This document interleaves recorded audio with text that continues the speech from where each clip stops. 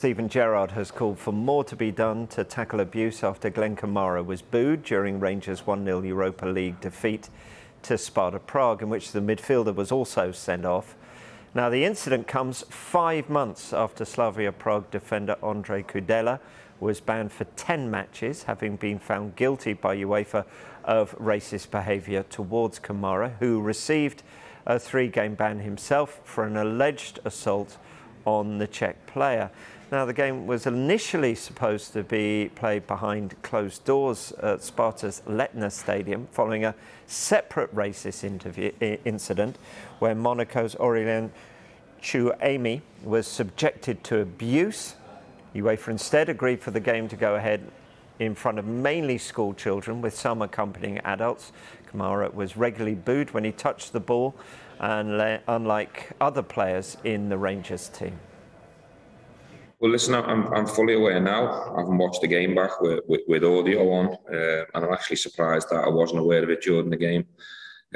Yes, I have spoke to Glen Kamara. The conversation will remain private. Glen's okay. We watched some football together last night whilst we got some food. Glen's okay. I'm sure he's disappointed, just like myself. And now I think it's time for the authorities and the club to step in and just take that away for us so we can focus on the game on Sunday. You keep saying that, Stephen. Is that the frustration? Because the amount of time you call for that and everyone else calls for it, nothing seems to happen.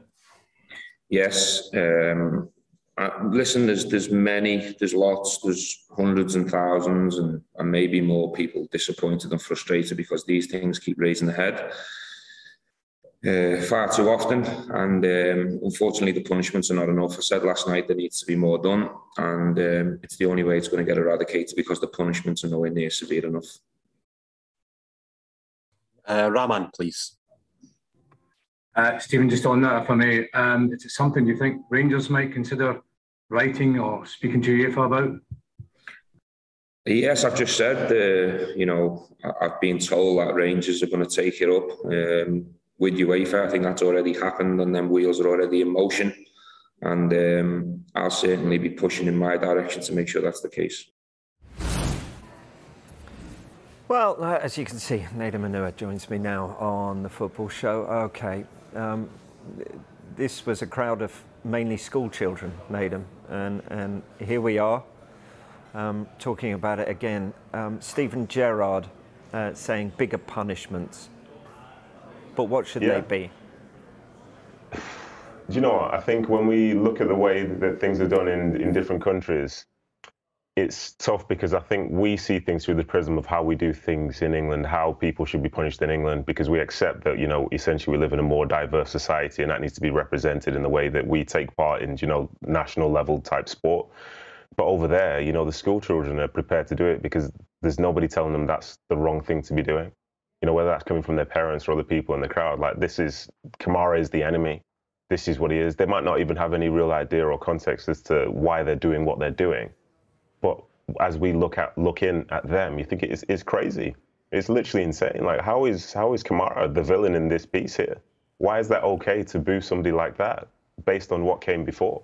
It seems objectively naive, but that's what it is for them, and they're not concerned. UEFA could go and punish them however they want, but that still seems like it's going to be within their culture, at least at that football club, in terms of how they view Kamara and just people like that in general.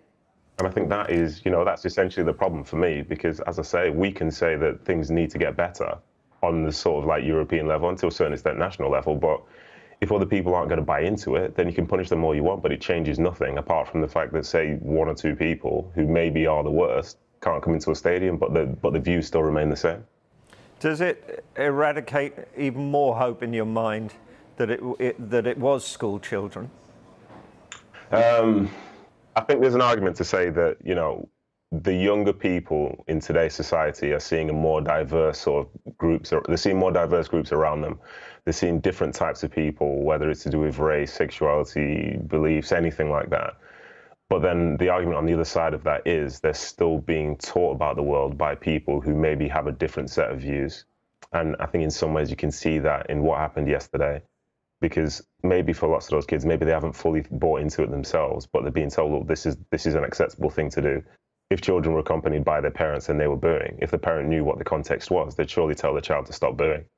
But the fact is that was acceptable, and it's been deemed acceptable, not by all the school children themselves, but by the people who essentially are primary caregivers to those children. And that's the sad fact in all of this, because there is change that is happening, not just in the UK, but all around the world. But there are tons of people who have no desire for change at all because they see nothing wrong with it.